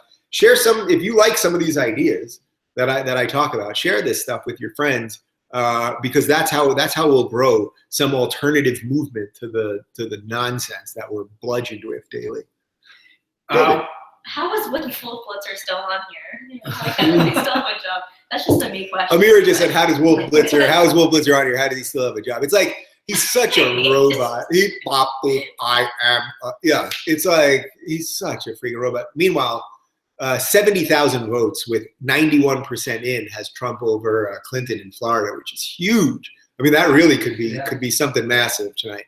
All right, where are we at? Well, this kind of answers that question. Which state would you say is plausible to flip, or which state do you think would shock you if they flip? Nothing like some cold Trader Joe's pizza. You know what I'm saying? So the question is, which state is most likely to flip, and which would shock me? So even before this result, we don't know that it's going to happen. I would have said Florida is the most likely.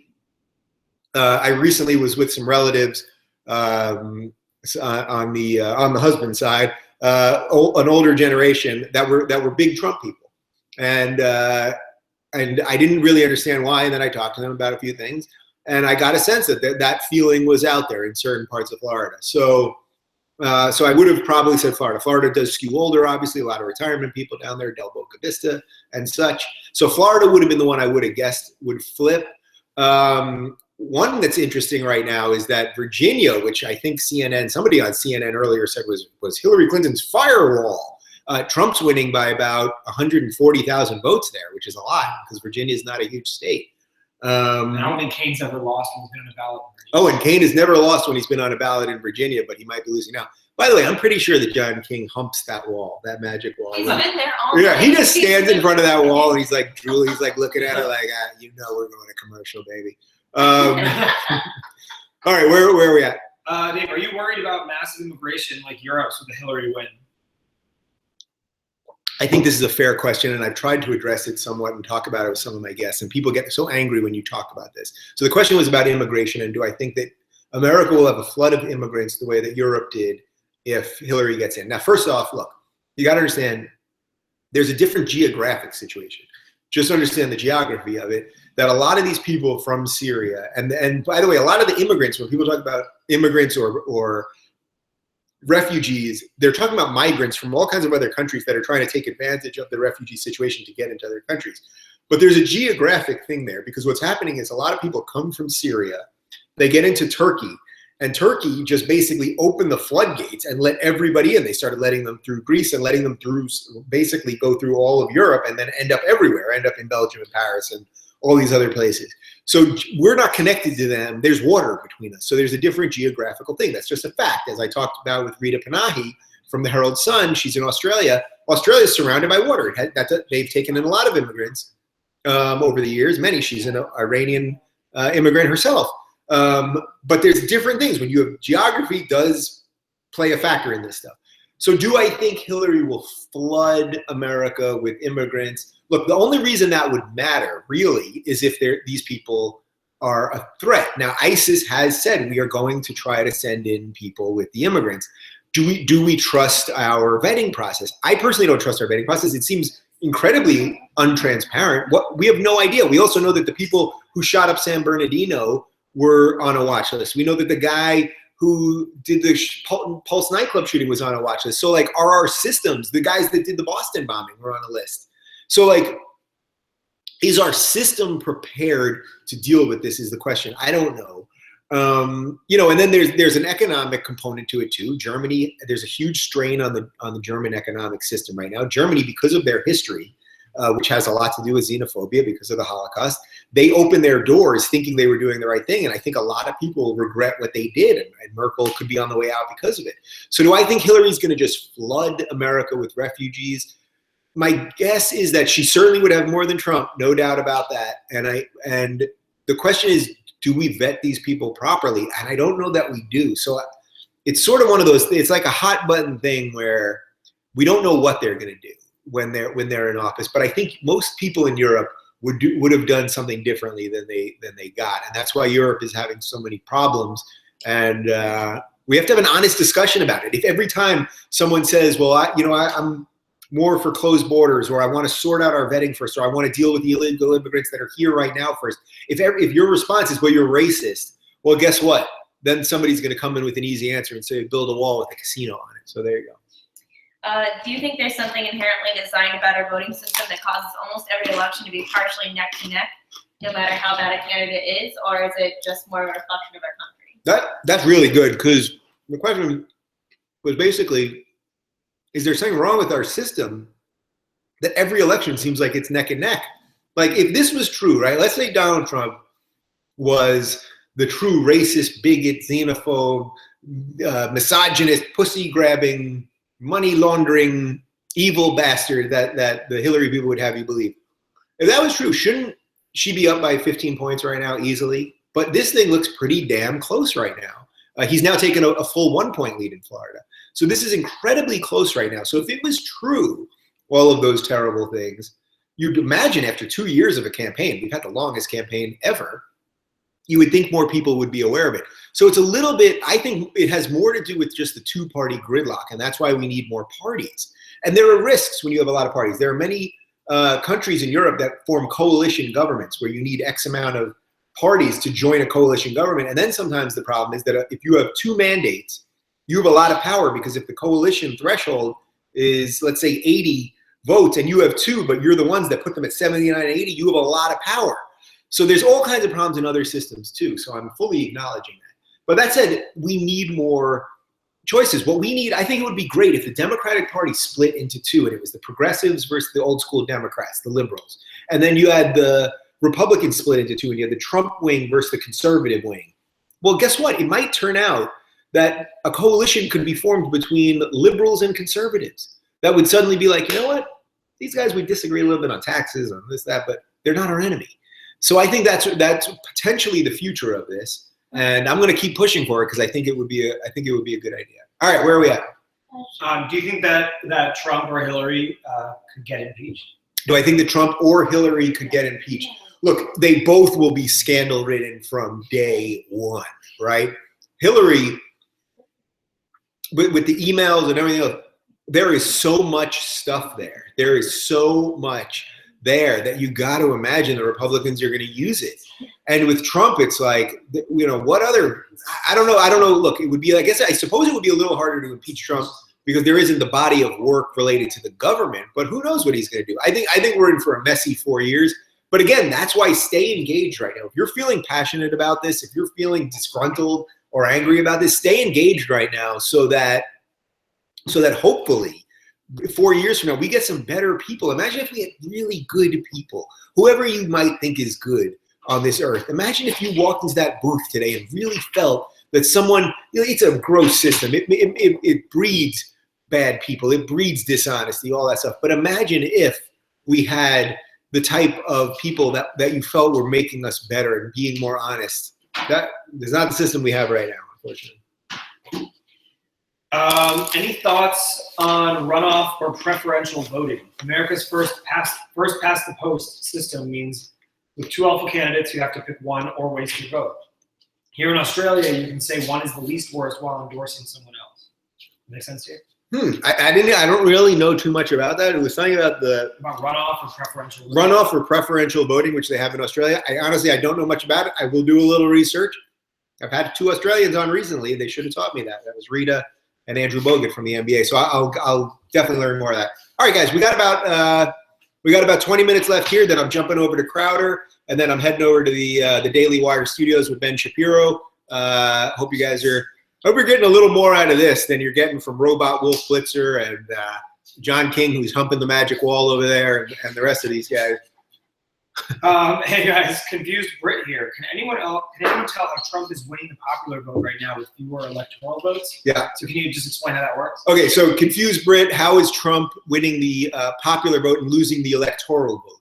So our electoral college, without getting too wonky here, the reason that the electoral college was created partly was a way that the 2 parties could control the whole thing, but it was also that back in the day when it was harder to travel, they wanted the states to be important to the president. So like if you were a president and you knew there was virtually nobody living in Wyoming, you'd never go there, right? You would literally never go. So they gave them a couple of electoral votes. So maybe the guy would have to swing by once and say hi, and that's it. Now, it doesn't really make sense in 2016 when information is at everyone's hands automatically. So what could happen is, so for example, California, I don't know off the top of my head, maybe someone will Google it, has something like 200 electoral votes, right? It's more than that, I think. And that's because there's a ton of people that live in California. But California, all of the states, basically, you're just awarded the, how many? 55. 55? Did I totally mangle that? I may have mangled that. Yeah, California has the most electoral votes. Sorry. 55. California has the most with 55. So that is a ton. When you know it's a state like Delaware, I think maybe has 3, somewhere around it. Or Alabama has 9. I'm ballparking some of this stuff. Can't fit every bit of information in here. I got Delaware right with 3. That's pretty good. So basically, you could win. You could win in a landslide in the popular vote and lose the electoral college because it's about you need the electoral votes from the state, and that's the issue. And we could end up in that situation tonight. I'm looking right now, Florida, they're still saying too close to call, 91%, but Trump's up by over a percentage point, which is about 100,000 votes. That could be hard to overcome mathematically at this point. Clinton's up a little bit in Ohio, and that's another swing one. It's currently in Florida right now for medical marijuana. Medical marijuana looks like it's going to be passed in Florida. That would be great. It's at around 70%. That would be great. And think of all the old people there, all the grandparents there with glaucoma and all kinds of other things that have had to take all these prescription drugs when they could have maybe just smoked a joint and had some of their. Close. So I guess that happened. That's passed. Oh, it passed. All right, Yeah, that's close. Wow. All right, there you go, Florida. Get stoned at Del Boca Vista with the Seinfelds tonight. If Hillary wins, this is Peter on Patreon. If Hillary wins, what would you like the outcome in the Senate to be? Majority for the Republicans or the Democrats? How are you still eating that? I'm still hungry. I'm working on the same two little pizza I gave you. I know, 2 little small pieces. Can I have some more beer and some more pizza? Yeah. Please. If Hillary wins, would I want the Republicans or the Democrats to control the Senate? I can't believe I'm going to say this, but I would probably say the Republicans because of that checks and balances thing. I don't want an ever-expanding government, and I think Hillary would expand government immensely. Now, at the same time, I don't want the endless gridlock that we've had where Republicans have done nothing with Obama. And he wasn't really in it with them in terms of wanting to negotiate. He wanted it his way and they wanted it their way and they didn't get anywhere. I do think she'll negotiate more, so I would hope that the Republicans would realize this is maybe someone we can negotiate with. But I don't want everything that Hillary wants to do just be handed to her by the Democrats. I think that would be bad as well. All right, 270, by the way, is the magic number that either one of these guys, Hillary or Trump, have to get to. It's 68-66 right now. We got a long night ahead of us. I would guess, my gut feeling is right now, you got to think that the Clinton people are sweating a little bit more than the Trump people because the Florida thing is tough. Ohio is leaning towards Clinton, but the Clinton people, I think, were hoping for a landslide.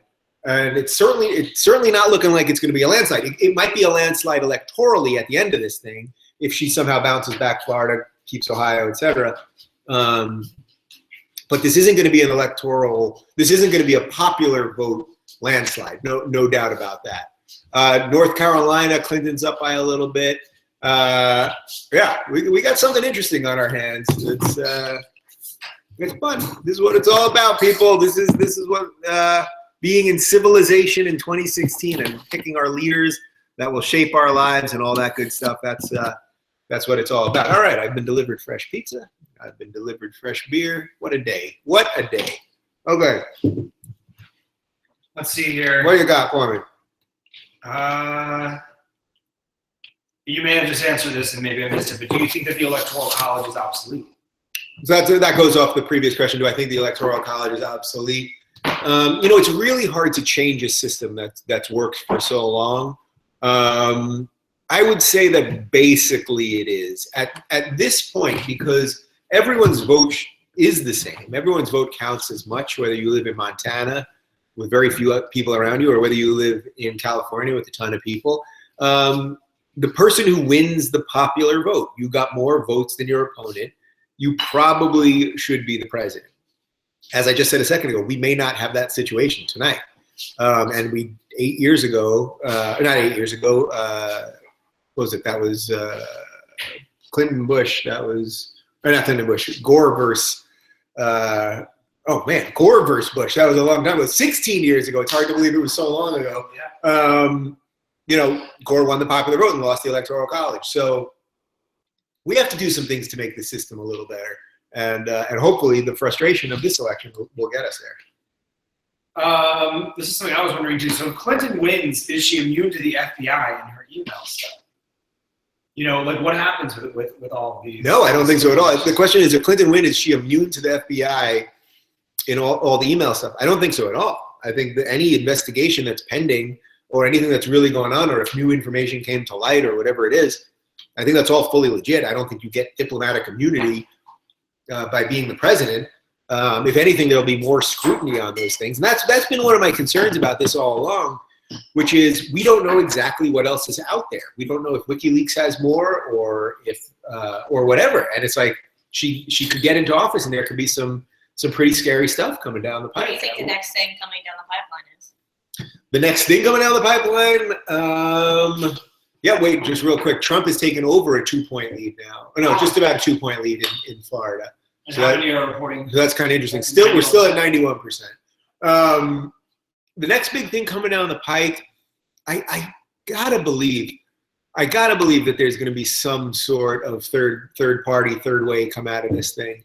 The Republicans are going to regroup, and as I said, maybe some liberals will realize they're not their enemies, and maybe something will happen that will make some sense and get just. People are tired of this fighting. This isn't right. You know what I mean? Like whoever you're supporting, something's wrong right now. Something's wrong. And it's wrong within the constructs of this is still a great country that you can walk outside and we're not killing each other. Trump is winning Virginia, which is interesting. They have 13 electoral votes. And as I said earlier, they were saying that's Hillary's, what do they call it? The safeguard or the firewall or something? Firewall? Yeah. Why do they call it the firewall? I'm not totally sure why they refer to it as the firewall. I guess, someone correct me on this one if I'm wrong. I think it's because it's gone Democrat pretty solidly the last couple of years, and Kaine is a Virginia guy, so they view it as like that's one you should have, like not a huge issue. But I'm not totally sure the answer on that one. Both Clinton and Trump have been criticizing the influence of big money on the elections. Is the end of the super PACs near either way? Well, the question was both Clinton and Trump have been talking about the end of money in politics. Are the super PACs ending? Clinton has raised more money than everybody. She, it's all about money. The guy that was anti-money, Bernie, she conspired basically to destroy him. Trump, it's hard to understand really what his finances are, but certainly didn't have the big money of other corporations and things and powerful people that she had. I don't think either one of them would stop it. There's simply no reason to think. Let's say Hillary wins. She already beat the Bernie revolution. The Bernie revolution is no more. They're angry and disaffected, but she won't feel like she owes them anything because she won. You know what I mean? She'll have won. She won't feel like, I don't think that's the way it really works in politics, that, I beat you. It was public that I cheated you, and now I still won. Like, I got to give you something now. I just don't think that's really how it's going to be. So I don't think she would change it, and I have no reason to think Trump would change it. Trump likes big money people, and I think, unfortunately, that ship has sailed. I don't sense this stuff flipping. Dave, isn't the idea that two parties can represent 300 million people kind of ridiculous? Yes. Isn't the idea that two parties could represent 300 million people kind of ridiculous? Yes, absolutely. If you think that the whole spectrum of politics should be between what Democrats think and Republicans think, that's crazy. There's a reason that the donors give like 51% one year and 49% the other. It's never 70-30. They're all in on it together.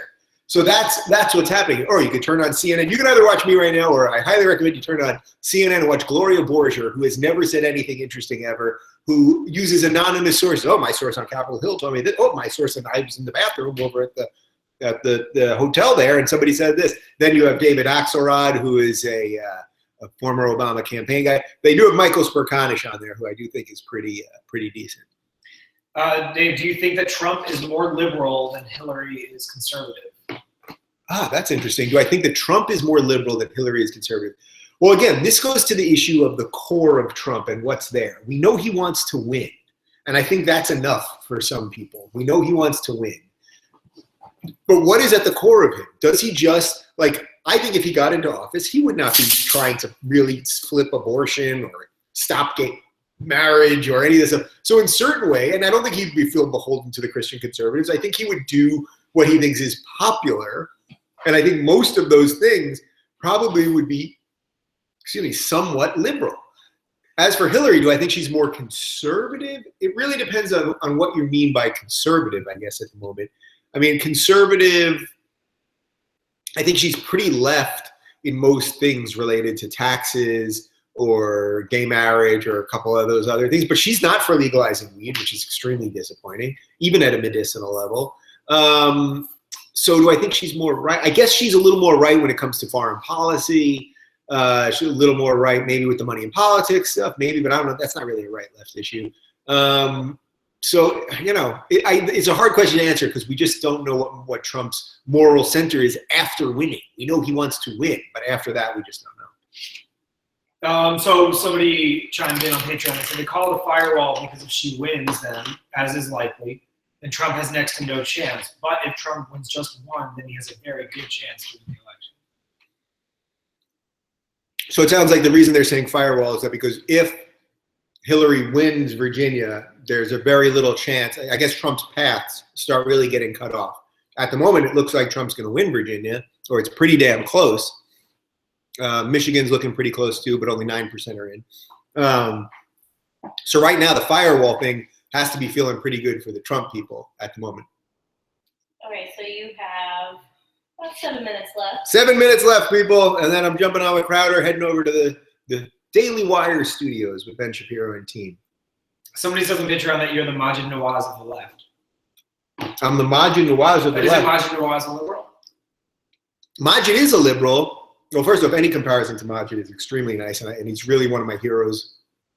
A guy who was a former Islamist who now is trying to reform Islam, who the Southern Poverty Law Center called an anti-Muslim extremist just a week or two ago. They called him and Ayaan Hirsi Ali. Ayaan Hirsi Ali, if you ask me who might be the greatest human being on earth, I would possibly say Ayaan Hirsi Ali. And they've said she's an anti-Muslim extremist, a woman who grew up in Somalia in a Muslim society, who underwent female genital mutilation, who fled. She was going to be forced to marry her cousin, fled, eventually gets to Holland, where she becomes a member of parliament, speaks up about Islam, and her friend Theo Van Gogh, Vincent Van Gogh's grandson, who was doing a documentary on Islam, I think, was murdered in the streets in broad daylight. They pinned a note on his chest saying, Ayaan, we're coming for you next. She now goes across the world fighting for freedom, fighting for women's rights, talking against jihadism and all this stuff. And the Southern Poverty Law Center says she's an anti-Muslim extremist. So they're a bunch of fucking idiots. If you want to know who extremists are, it's them. It's not Ayaan. That's very nice of you to say about Majid. I would say he is a liberal, but I guess maybe you were referring to the fact that he's in the UK or he's in Britain and I'm here. So on that point, who will become the Dave Rubin reformer of the right? Who will become the Dave Rubin reformer of the right? Ben Shapiro, is that what he's trying to do? Yeah, I think it's possibly Ben Shapiro or Crowder, which is why I like both of them. Like someone that's really trying to bridge some ground. I don't know. I don't see Ben, and I'll discuss this with him later. So this is nothing I wouldn't say in front of him. I don't see him trying to build bridges in a certain way that I'm trying to build bridges. He's really trying to fight for the principles that he believes in of conservatism. Crowder maybe a little bit more, and I'm sure there's some people that I'm not aware of that are doing the same thing. But look, look, it's hard to say because there's so much in flux right now. The labels don't mean as much anymore. You're a liberal, you're a conservative, you're on the right, you're on the left, you're a Democrat, you're a Republican. The labels just don't mean that much anymore. So because of that, it's hard to say. But I'll keep working on those guys because I think I can show them that for a lot of reasons that they're conservative are the same reasons that I'm liberal these days. Because defending my liberal principles is becoming a conservative position. And that's not something that I want to say as a liberal, but that's true. The left is not defending my liberal principles of free speech and the rights of the individual and open dialogue. That's not what the left is about these days. It happens to be what the conservatives are about at the moment because they're on the other side. But if they were in power, would they be for, promoting free speech for liberals? Maybe not. Maybe not. But at the moment, I have some interesting allies, and it's actually kind of cool.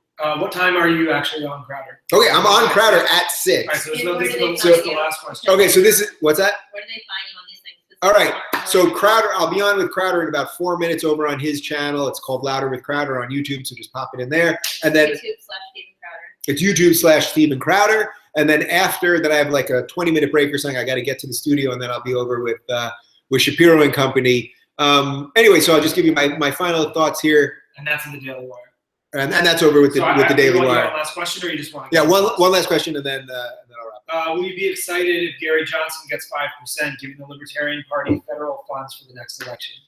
Will I be excited if Gary Johnson gets 5% because then they get the funds for the next election? Yeah, get him to 5% so they get the funds. But he needed to be better than he was. This was a chance. So that's why I've been so disappointed with him. People think I'm being irrationally hard on him now.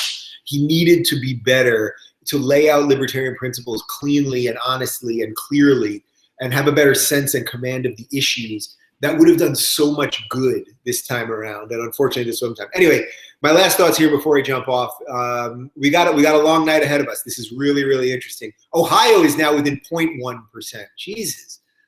Florida is at 1.5% for Trump. So we got a long night ahead of us.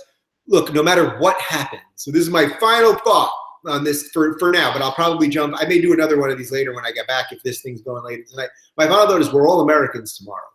For any of us that are Americans right now, we're still going to be Americans tomorrow. Let's not kill each other. Let's just remember politics should only be a part of our life, not all of our life. That's why I talk about role of government all the time. These people are not our kings and queens. They have to facilitate the society functioning, but it's much more important that we can live our lives the way we think is right and do what we think is best for ourselves and our families and our communities and stuff like that. Anyway, it's an exciting night. The next poll is closed in 2 minutes. I'm just gonna end it now, so I have 1 minute to maybe scarf down a slice of pizza, take a leak, and have fun, everybody. Thanks for watching. The link to our will be right down below. Oh, and by the way, we're gonna do a live wrap up tomorrow. So even if this thing's going into tomorrow or it ends tonight or whatever, we'll do a live wrap up tomorrow and keep it going. So thanks for watching, and hey, I hope whoever you want to win wins. So there you go.